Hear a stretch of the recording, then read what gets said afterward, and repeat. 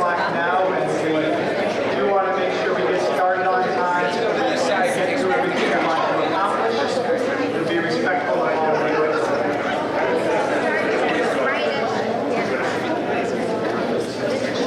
All right, so if you don't know who I am, my name is Marty Semmel. I'm the superintendent of schools here in Trumbull.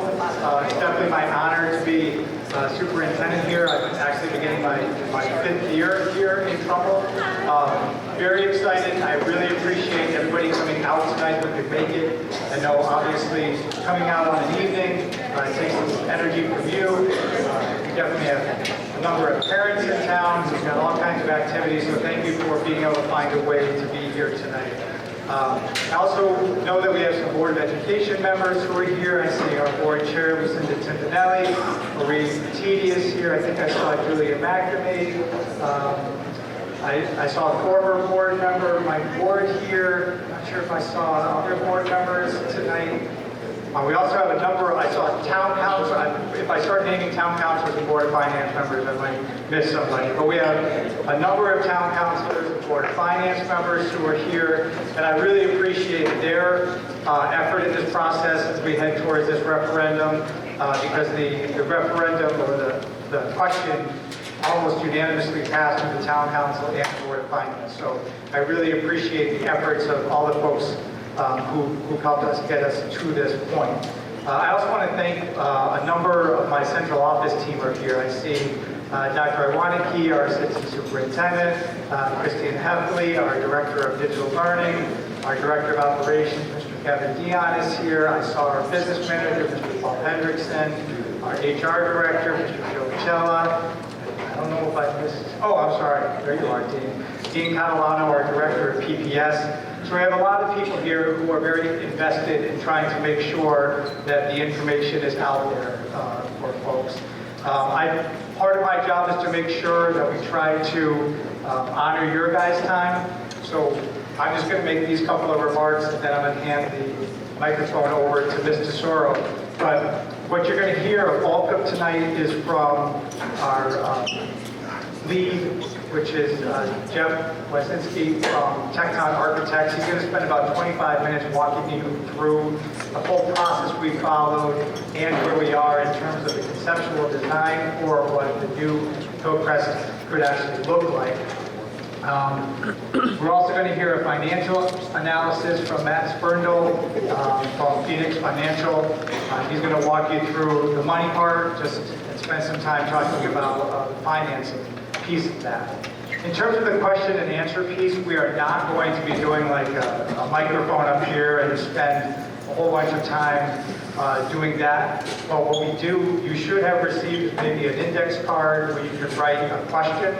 Around 7:30 or so, we'll ask that you send the questions towards the center aisle, and we'll pick those up, and we'll look to see what commonalities might be in those questions. We'll spend about 15 minutes answering some of the most common questions that you have. But if you really want, we're going to look at all the questions later and start a FAQ document on our website, so you'll be able to go back later and get a chance to see that work. And at the very end, if you're interested, Mr. Rickard, our building principal, is going to stand up here at about 8 o'clock, and he's going to talk to you about the tours that you can take of the current Hillcrest. So we have students and faculty paired, is my understanding, and he'll talk you through the process there. So again, I really appreciate that you're coming out. Obviously, education is important to you, or you wouldn't be here. So thank you for taking the time to be here. And I also want to thank, there's a tremendous number of Hillcrest staff here tonight, so I do want to give a hand to all the staff here on the purple. So I've used up my portion of time, so I didn't take, no, I don't think I did. I don't think Ms. Tesoro needs an introduction, but I got to say that Ms. Tesoro has been supportive of this project throughout. She's been very supportive of education, as you know. My time here, it's been very collaborative to work with Ms. Tesoro, so I'm really excited that she's also able to share her thoughts to start this process out. So, Ms. Tesoro.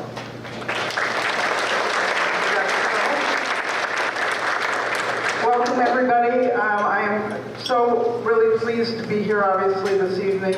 As Dr. Stommel said, this is really a joint venture between the town and the Board of Education. And when we work together, we get great results. And I certainly pleased with the results that we've had in our school system from Dr. Semmel and all of our teachers and administrators, because this is just I had my State of the Town speech yesterday, and I said many times that Trumbull is the place to be. And that one of the reasons why is because of our school system, 7th in the state of Connecticut. So we've got great results. So I won't speak anymore. We have a lot of town people here, town employees as well. Just wave your hand, please. I won't name you by name, but if you're a town employee, stand up for a second to be recognized, because we all work together to make this town a great place to live.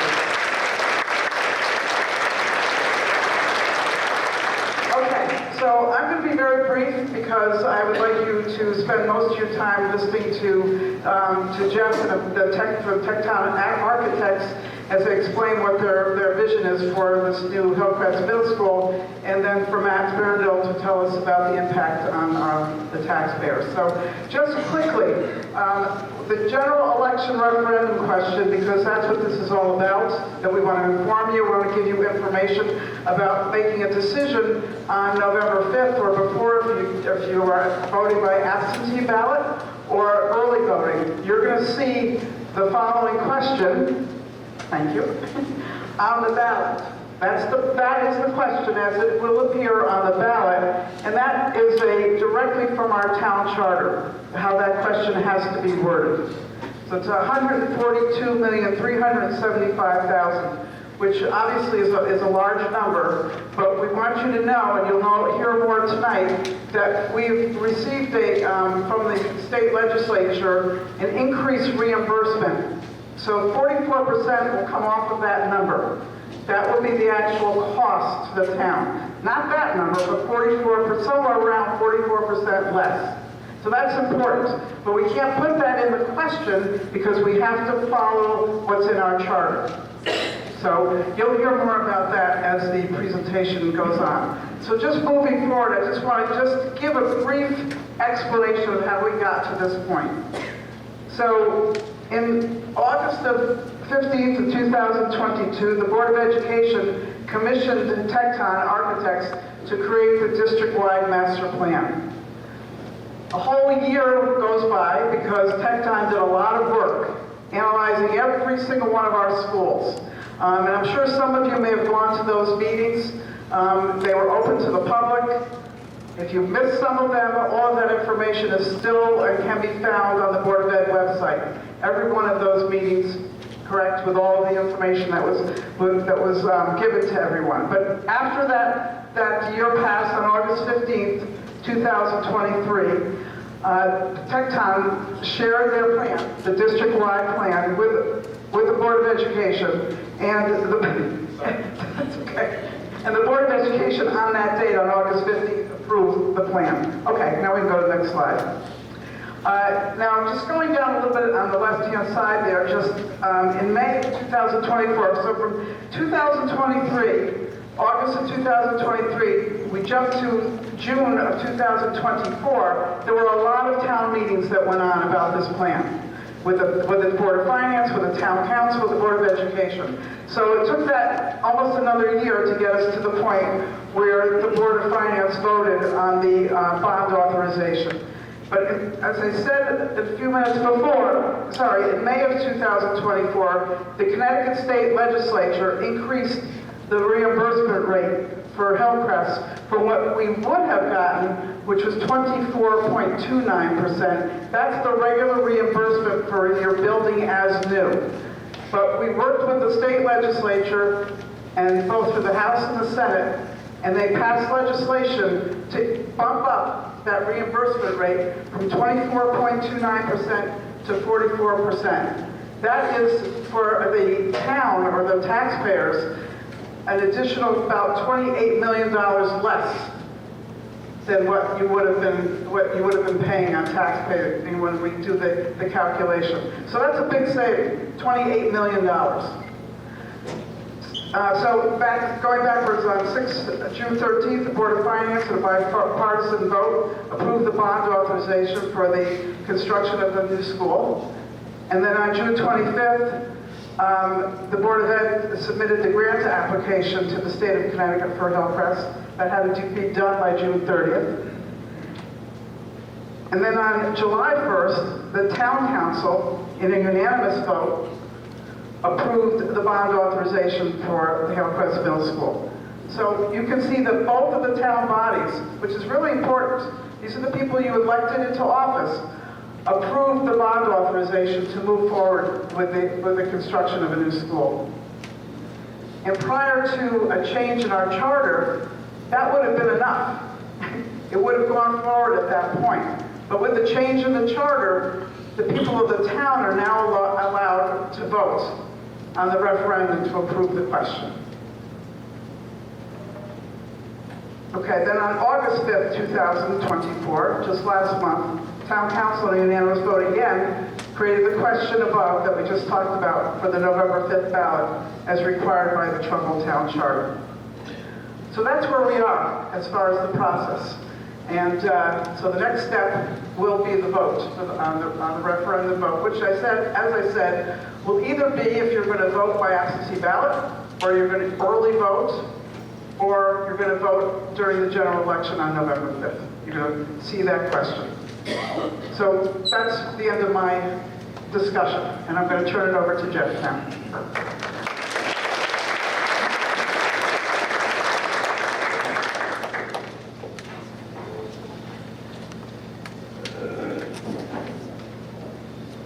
Okay, good evening, everybody. My name is Jeff Wazinski, principal at Tech Town Architects. I'm going to walk you through the master planning process and the steps we took during that process to talk a little bit about where we landed and the reasons why. So that'll be about 10 minutes or so, and then we'll spend another 10 minutes talking about the Hillcrest Middle School grant application.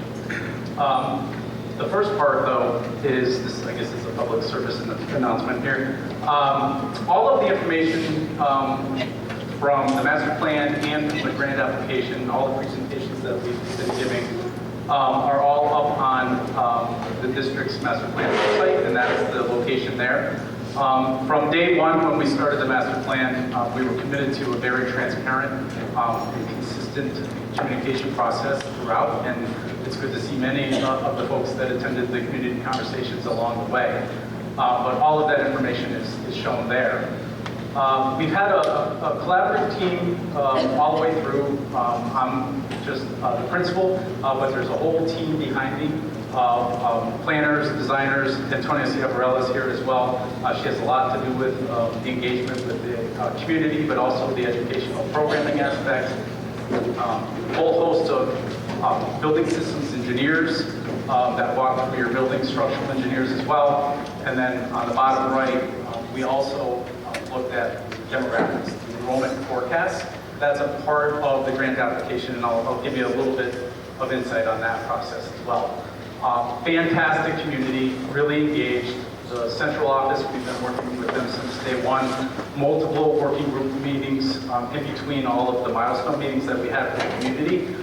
Certainly worked with the Board of Education very closely on numerous different workshops and community engagement sessions. And then certainly over the last several months, Town Council, Board of Finance, all the other public boards and agencies, PTA, Public Works, Engineering. So great community to work with, a lot of good feedback and interaction through the process. So this slide talks about basically what the first select one went through as far as our process. But in short, we began at the midpoint of 2022 with this master planning process, and held 4 community conversations along the way at various different intervals, really at the beginning, before we even put any kind of ideas out there, just to have a conversation about where the community thinks the needs are. And then as we developed the options, we presented those options, gained feedback, refined the options based on that feedback, and ultimately ended up with the preferred option. So all of that took place in about a year and a half, many different retreats as well on the top. And then this greenish color is the state grant application process that we began more or less last fall. And there's probably about 3 dozen or so components in the electronic grant application that was submitted to the state before the June 30th deadline. So that's an important milestone, because you miss it, you wait another year, right? And what was really nice is right at the same time, or concurrently, the community was working for that special legislation at 44%. So it really aligned well. Where we are right now is a few months before the November referendum. Should the community support that this project, and then you'll likely see your project on what's called the priority list for the state. That comes out December 15th every year. It'll be in priority A, B, or C. Once you're on that list goes basically through the legislative process, through all the committees and subcommittees, and ultimately, in a typical fashion, it gets approved. The grant gets approved in the spring of the following year. So that's the process overall. I'm going to dig a little bit into what we went through for the master plan specifically. There were 3 components, and sorry, those that have attended the community conversations have heard my story before, but existing conditions. We dug through every square inch of your buildings, looking at physical conditions, code life safety, programmatic needs, meaning educational needs and how they relate to the physical aspects of the space, understanding what works, what doesn't work, and then we went through a whole basic analytical and prioritization ranking system that we can show you how we arrived at some tiers for the building. At the same time, we went through and looked at the demographics, so what's happening with your enrollment throughout the community, and utilization of the buildings. And I have some diagrams further on in the presentation that will explain that a little bit better.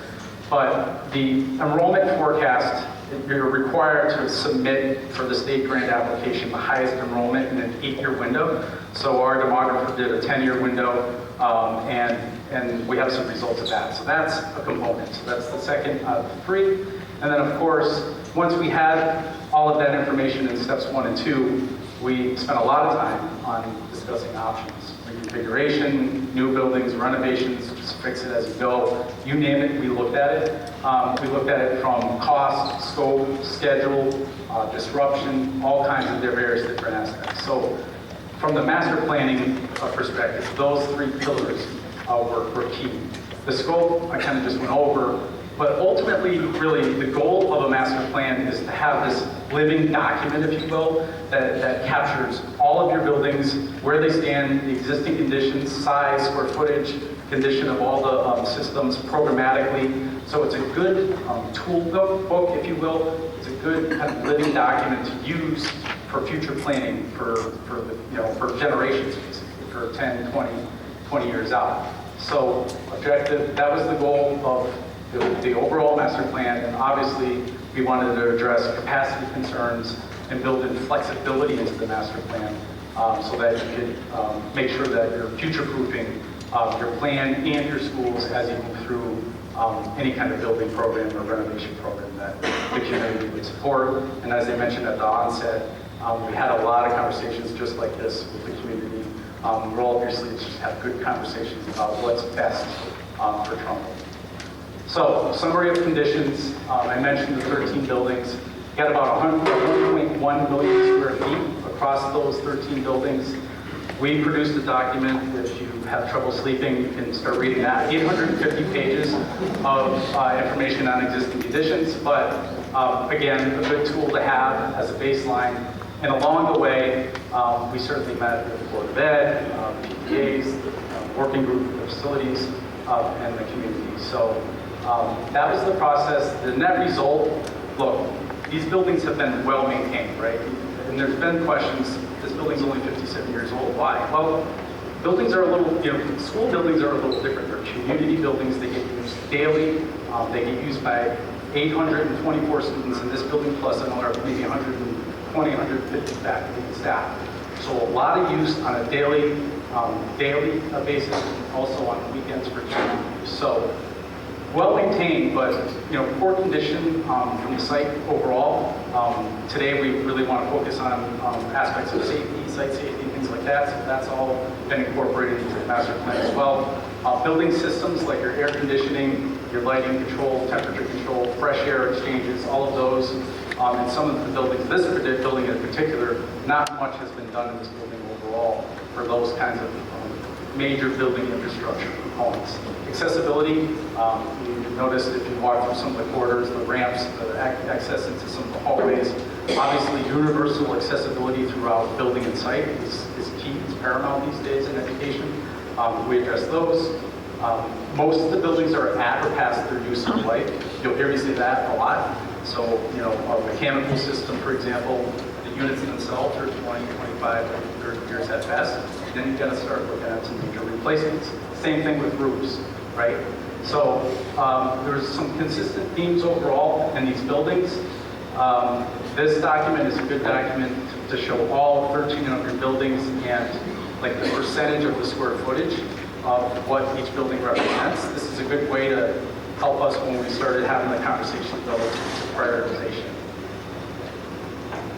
So broad summary, well maintained, but no building really has received a comprehensive lighting renovation. A lot of the buildings have been modified internally to adapt to today's educational uses. A lot of specialized education in inappropriate areas or not ideal locations. Capacity concerns certainly at this building as well. We already talked about the site. We talked, most of the buildings that are pre-2000s have major building system components that are at or past the useful life. And that's all been documented in conditions. And there's a plan and a capital plan on a year-to-year basis to address some of these, to preserve some of the assets in the portfolio.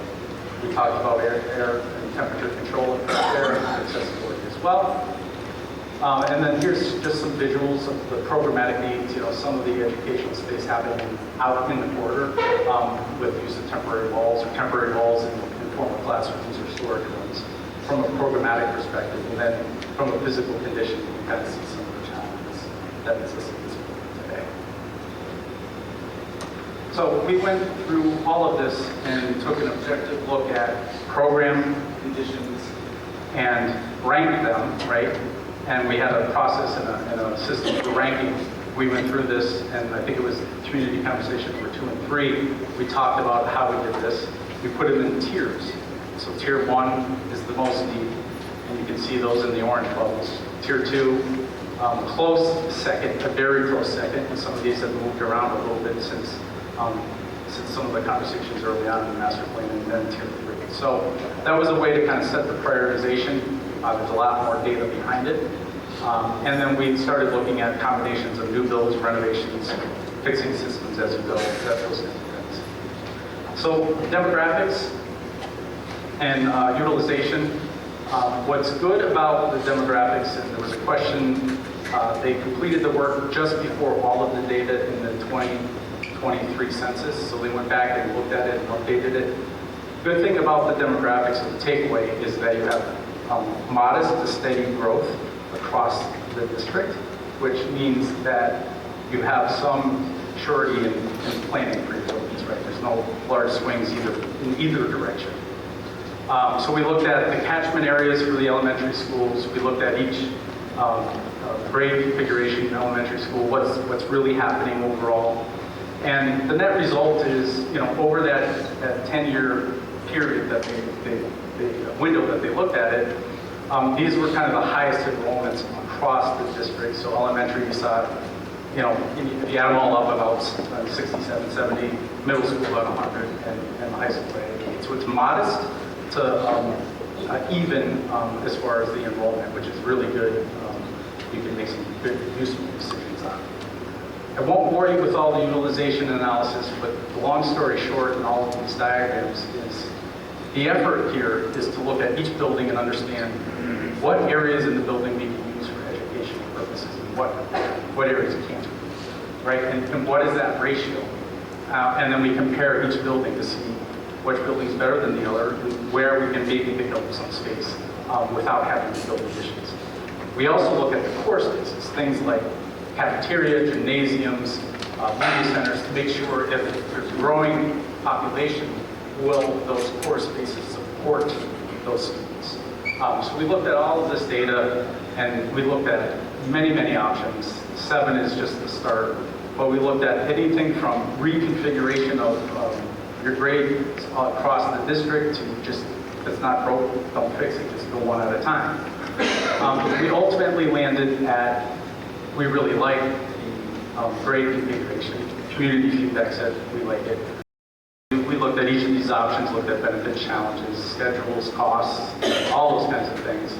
But ultimately landed with, we really like the grade configuration. Let's start prioritizing which buildings should be first. We, of course, then looked at, and there were some questions, I think, over the last several days, why can't we just renovate? So, what kind of capacity do we have on sites? We looked at all of this throughout the master planning process. Have costs, have scope, have schedules, have benefits and challenges, and analysis on phasing and logistics. So all of that is buried in the master plan and all the presentations we went through. The feedback loop, of course, those are the 4 community conversations we had. And actually, the first community conversation was probably a dozen or so, and as we got through these, they really started to build. Engagement was great. It really ultimately helped shape the result of the master plan. And you can see on this is one of the surveys that we took. And you can see Hillcrest, Madison, and Boothville rose to the top of this. So some really good interaction. We had conversations about renovators new and just capital improvements. You can see it was neck and neck between renovators new and new. That kind of goes away now a little bit with the special legislation. And why we landed where we did is because we went through that entire process, ranked them, and ultimately the Hillcrest Middle School was the first step in a multi-step process. That those steps can change as things unfold and evolve. But this addresses the immediate needs comprehensively and gives you the possibility of swing space and the possibility of improving things on this campus. This is a chart that has all the buildings and what steps they can take place. What's important is you have that data. These things can slide around. According to affordability, timing, bonding, bidding climate, those kinds of things. So step 1 is the Hillcrest Middle School. And to be clear, the vote is specific to this grant application and specific to Hillcrest Middle School. Each project would then have to go through that same process as you move through the plan. Okay, now on to the Hillcrest grant application, and I'll speed things up a little bit. I mentioned the 3 or so dozen checklist items that we had to do for the grant application. It's all electronic now, but obviously, as you can imagine, some of the big hurdles are educational specifications and funding, right? So what's an ed spec? An ed spec is a booklet. It's probably 200 pages or so. That is your playbook for the Hillcrest School. Everything that's in there described it's describing the program, it's describing the materials, it's describing everything and anything and everything related to the project so that all of those components can be reimbursed. So the state needs this. Just look up in those pages and say, okay, you said you were going to do this, it's reimbursed. So this is kind of that playbook for this school specifically. We always want to keep an eye on allowable area. And the reason why, so it's a state formula. It basically takes the number of students times square foot per student. That's how big you can build. You want to build at or below that so that every square foot of your building is reimbursed by the state. So we always need to keep an eye on it. That's the size of the proposed new Hillcrest Middle School. That's how we arrived there. These are all the boxes that make up that square footage. So we sat with the leadership of the school, the district, went through several different meetings to help shape what all these components are in the middle school. And then we also talked about function, possibilities, flexibility. So all of these have kind of been incorporated into the grant application. Why it matters, it's because we're spending 90% of our time indoors, right? We've seen this slide before, I think. at some of the community conversations. And it's proven, if you incorporate all of these things and all the things that we put into the ed spec, you can improve outcomes. It's proven. So that's some of the reason why, and the data behind why we're doing what we're doing. So, specific to the Hillcrest building. So, here's the site on top right, high school, fields, Hillcrest Middle School, far left, and the agri-science there, so Daniel Farms Road is on the left, north is up. We know that there's some challenges with traffic at some of the intersections, and maybe not tonight because it was a bit quiet, but I've seen it, been there. So there's some opportunities with this project to help solve and resolve some of these existing conditions, not only for the middle school, but for the high school, the collective campus, right? We know there's high school student parking, there's some fields over here. So we really analyzed and understood the use of this and understand some of the existing challenges that are pretty painful in some of the operations today. So we looked at 3 different sites, you know, what are the pros and cons, and try to figure out what makes the most sense. Now, keep in mind, for the grant application, this is purely just a test bed. This building's going to change footprint, design, possible location. These are just test bits to say to the state, here's where it could be, here's what it's going to cost, and here's what's in it. Some of the opportunities are we could reconfigure fields out front if we pull the building out back. We can resolve some of the traffic congestion, maybe pull some of the queue lanes into the middle school deeper if the building's further back. So some really positive things that could happen. This is just a diagram. White outline is your existing Hillcrest. The black there is what a 2-story, 146,000 square foot building would look like. Will it end up in that shape? No. Will it end up in that exact location? No. It's certainly going to change, but that's kind of the order of magnitude. And some of the things that it could do is it could reconfigure. You could almost master plan some of the fields up front, and it could really be a community, benefit, not just middle school, right? So we're resolving several different things on this campus. More parking, some flexible parking, separate parent and bus drop-off, to pull the queue lanes off of Daniel's Farm to alleviate some of the traffic congestion. So some of these ideas certainly need to be fleshed out, but some really good opportunities with this project that reach far beyond just the Hillcrest Middle School. Outdoor areas, the reconnection with nature we've learned over the last 4 years certainly, how important it is. This creates an ultimate opportunity to incorporate those, all of the safety features that we want to incorporate as well in your new buildings. These are concept test fit plans and all the great things that could happen in these buildings. Flexible, scalable learning spaces. You could really have social interaction throughout the middle school, which is so critically important, yet at the same time separate the various different grade levels because the difference between, and I'm learning firsthand, the difference between a 6th grader and an 8th grader is pretty substantial. So buildings do impact that. And really, so this is a representation, at least diagrammatically, of all the great things that could happen. We know you have investments already in equipment in this building and some really good traditions that involve, and for instance, the planetarium and all the flexibility opportunity that exists. We kept that in the program. You can locate it kind of on the edge of the building so that it could conceivably be used by more of the community or certainly more of the student grade levels visiting during the day. So that's in there. We talked a little bit about middle school setup with classrooms and the small learning communities that exist and what opportunities, really creative educational opportunities that could happen. And lastly, because I'm sure most are here to hear about some of the dollars, when we talk about total project costs, we're talking about 2 components, physical construction and then soft costs. The project cost is all of it. It's turnkey. So it's everything. You take the building off the ground, turn it upside down, shake it. This that comes out, that's soft costs. Everything that stays is construction. Your total project costs, $142,375, and the first selectman spoke to this. Reimbursement with the 44% is $60,150,000. approximately $60 million back from the state. There are some ineligibles, so that 44% will be a little less. And then your approximate cost to Trumbull is there.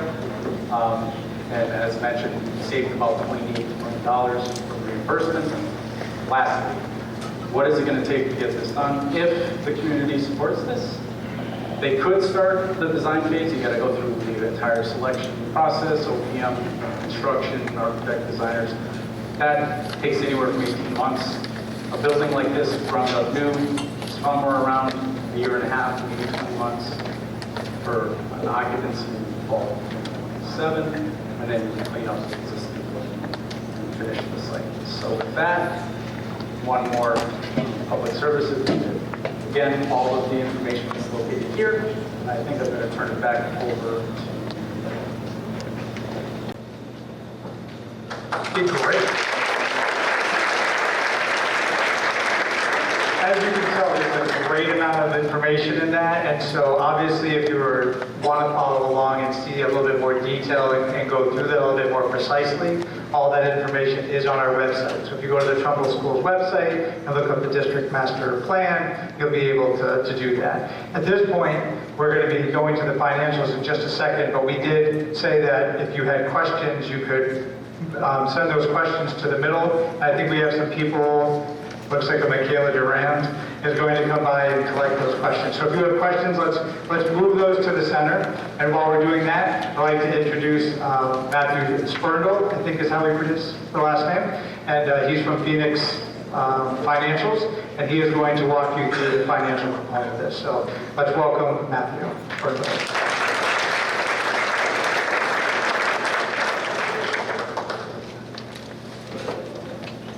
Good evening, everyone. I am Matt Spurndle from Phoenix Advisors, and we represent the town with respect to their debt issuances and the bond issues, and I've been working with the finance office and the first selectman's office for over 20 years. We did this for the high school, and I was actually the person who made the presentations way back when. So it's been a while.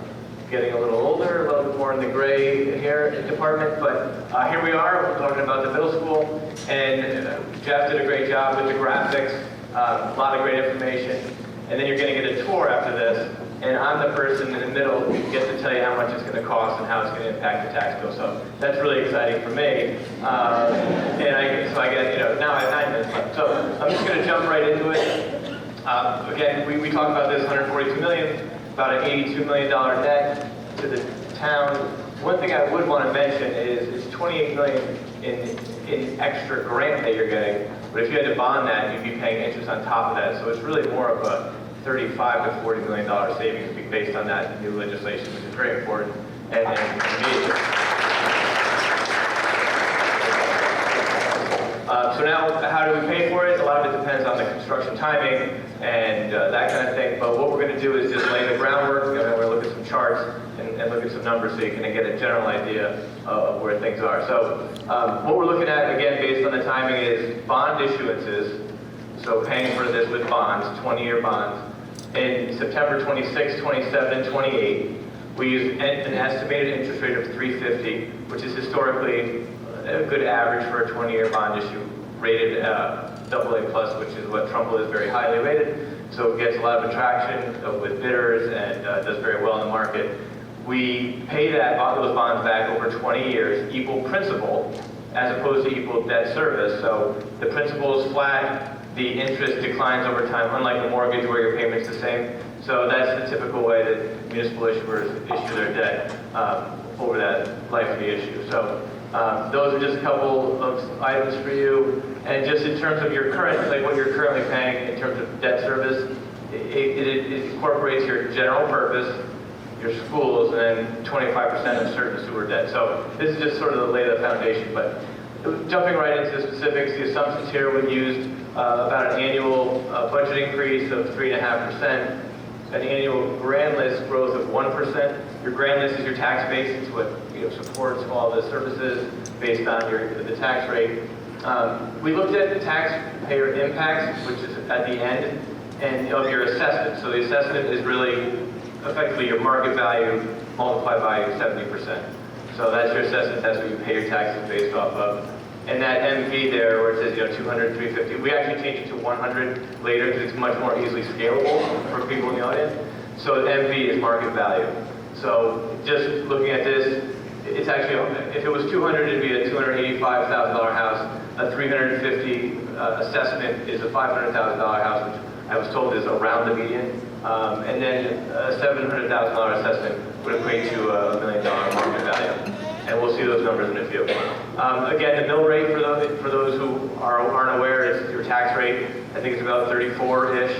So if you apply that 34 and you had a house that's $100,000 in assessment, that would be $3,400, and you just scale that up or down. So $1 million would be $34,000. Again, just trying to go through this relatively expeditiously. Debt service to budget is a number that we look at relative to the credit rating. If you have too much debt service as a percentage of your budget, that could obviously put the credit at some kind of concern. There's no concerns with that at this point, and we're not going to talk too much about that, but I just wanted to make sure that it was something that we do note.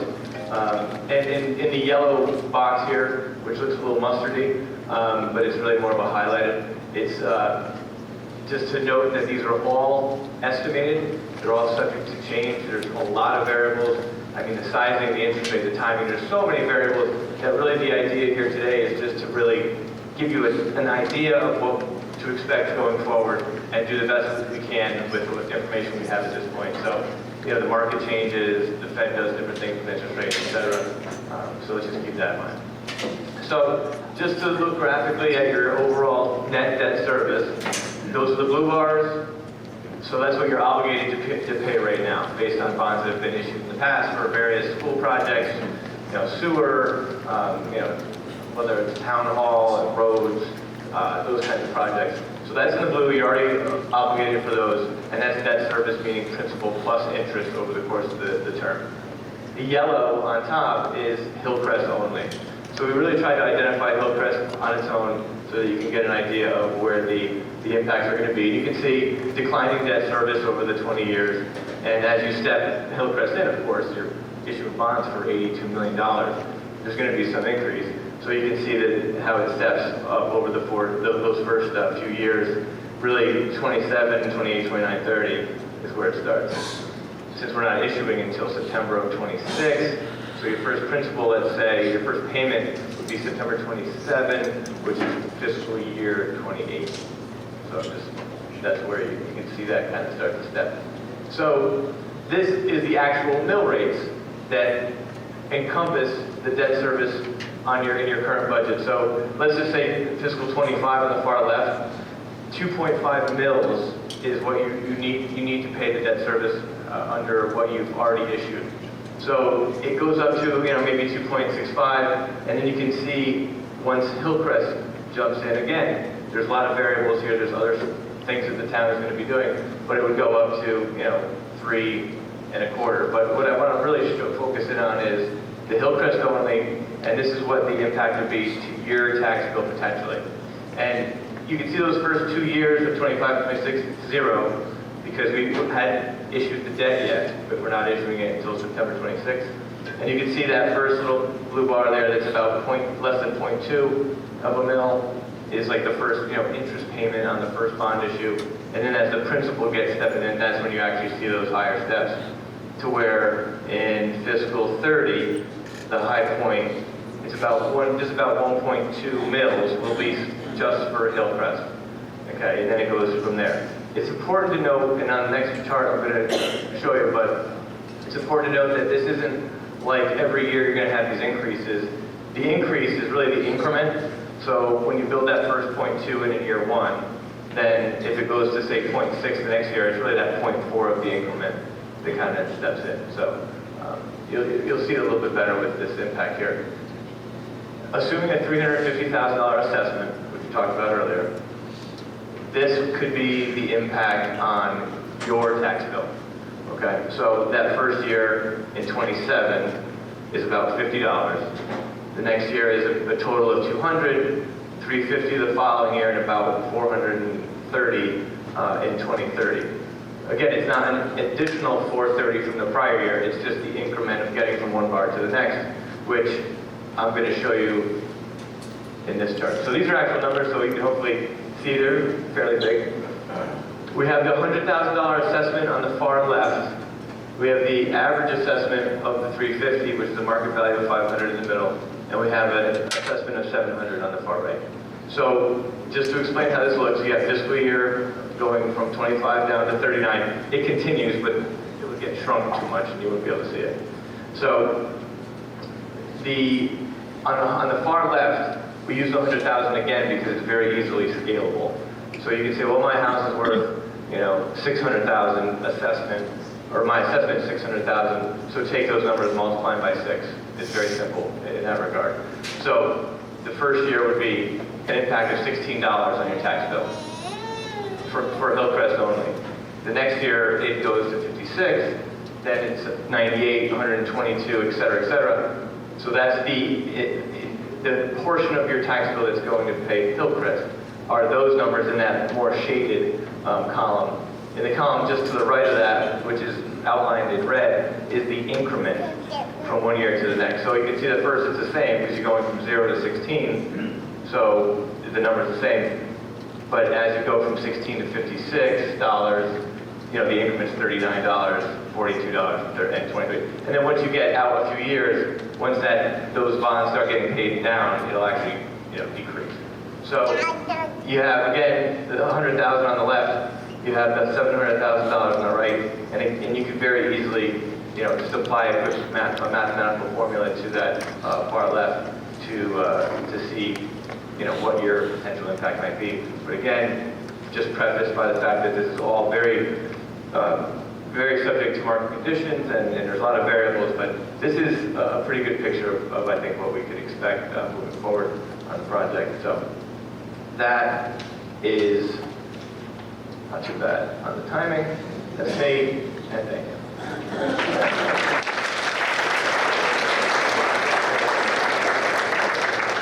It's always good to have somebody else talk about the money. All right, so it looks like Mr. Rickard has taken some time to put some questions here, and I guess my job is kind of like the man avoiding questions. So we're going to have, Jeff's going to be able to answer a lot of these questions, but there might be a few other folks here. So what we're going to do is take about 10 to 15 minutes to respond to these questions in what they gave me, and do our best to do that. But we'll also take the rest of the questions and create an FAQ. And again, everything you're seeing tonight will be up on our website. We'll put it up there tomorrow. That way you can go in and you can look a little bit closer at all. So the first question is, how many people have to vote yes for this to pass? So my understanding is it just needs a simple majority. So it would need to be one to pass. It needs to be one more yes than there are no's. But I don't have an exact number because it all depends, of course, on how many people come out. You mentioned, at this point, you mentioned that the reimbursement rate is 44%. If it wasn't 44%, what would it have been? And I think it was 24.29%. So the reimbursement rate for build new is 24.29, and as you heard tonight, that jump up to 44% saves us about $28 million, although I just heard from Matt that it's actually more about $34 million when you think about the debt service, or even higher. Yeah, and that's great. Somebody else, so Jeff, thank you. This is like, I'm not a used car salesman, but this is a one-time offer. This is not like we get 44% no matter what. This is not 44% whenever you build Hillcrest. This is 44% for this year. This was legislation that was passed for us for this particular cycle. We'd have to go back again to see if we could get more or less, and it all depends on the feeling of the state legislators. Our legislators worked hard for this, so it would have been 24.29, and it's, as someone told me, an exploding offer. All right. How will construction impact traffic, in particular dropping off and picking up students? Well, I can't predict the future, but as you heard Jeff speak about the traffic process, we know that the traffic out there right now, anybody who travels through Daniels Farm during that time of the day, it's horrendous. I only come to meetings starting at 7:40, 7:45 to make sure that the traffic is gone. The traffic we'll work with with the engineers and the civil engineers and the folks who designed the process to make sure that we pull as many cars off of Daniels Farm as possible. If we can get most, if not all of those cars off of Daniels Farm Road, then we'll be able to really reduce the traffic. But I cannot speak to exactly how that will work. Jeff, I don't know if you want to add to that response. Yes, he does. So we've done many projects where we've built on an occupied site, built a new building either in back, in the front, or on the side, and completely separated construction entry from students and faculty and staff. So, just the logistics, it's been done before. Certainly, we would have to study and explore the logistics plans, but there's experience there with that. All right, the next question was, will a modern school like this offer programmatic advantages that are unfair to Madison students? Probably, yeah. And I think, so we've had some conversations with the master plan. The master plan called for Booth Hill really to be, it's the school that kind of needs the next most amount of work from the physical conditions standpoint. But as we've been exploring this concept more and more, and I've had some conversations with board members and shared information with them, it is, I think it would be unfair to not really consider Madison as the second school to be worked on. Because you're going to have this state-of-the-art, 21st century, beautiful building on one side of town, and then you're going to have the old high school that was then converted into the middle school. And so I can't speak exactly right now for what the Board of Education would decide to put forth as the second, but I think there's some decent support for the idea that Madison would really have to be the second school to be looked at as a project. But we'd also have to look at the whole bonding process, and I won't get into that. But when would be the right time to build the next school? But it is fair to suggest that you'd have a brand new building. But our teachers over at Madison are excellent. They continue to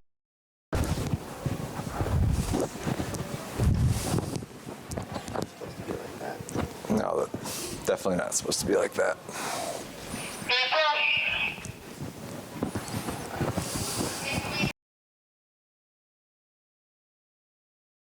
excellent. They continue to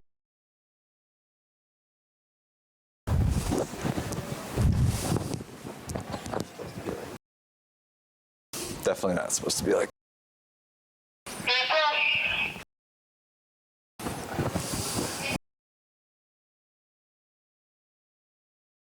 excellent. They continue to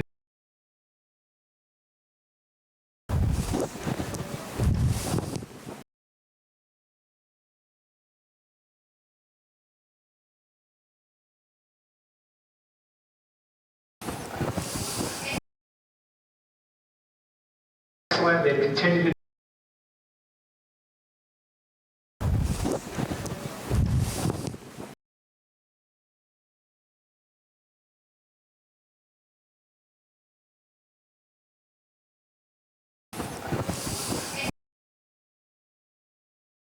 excellent. They continue to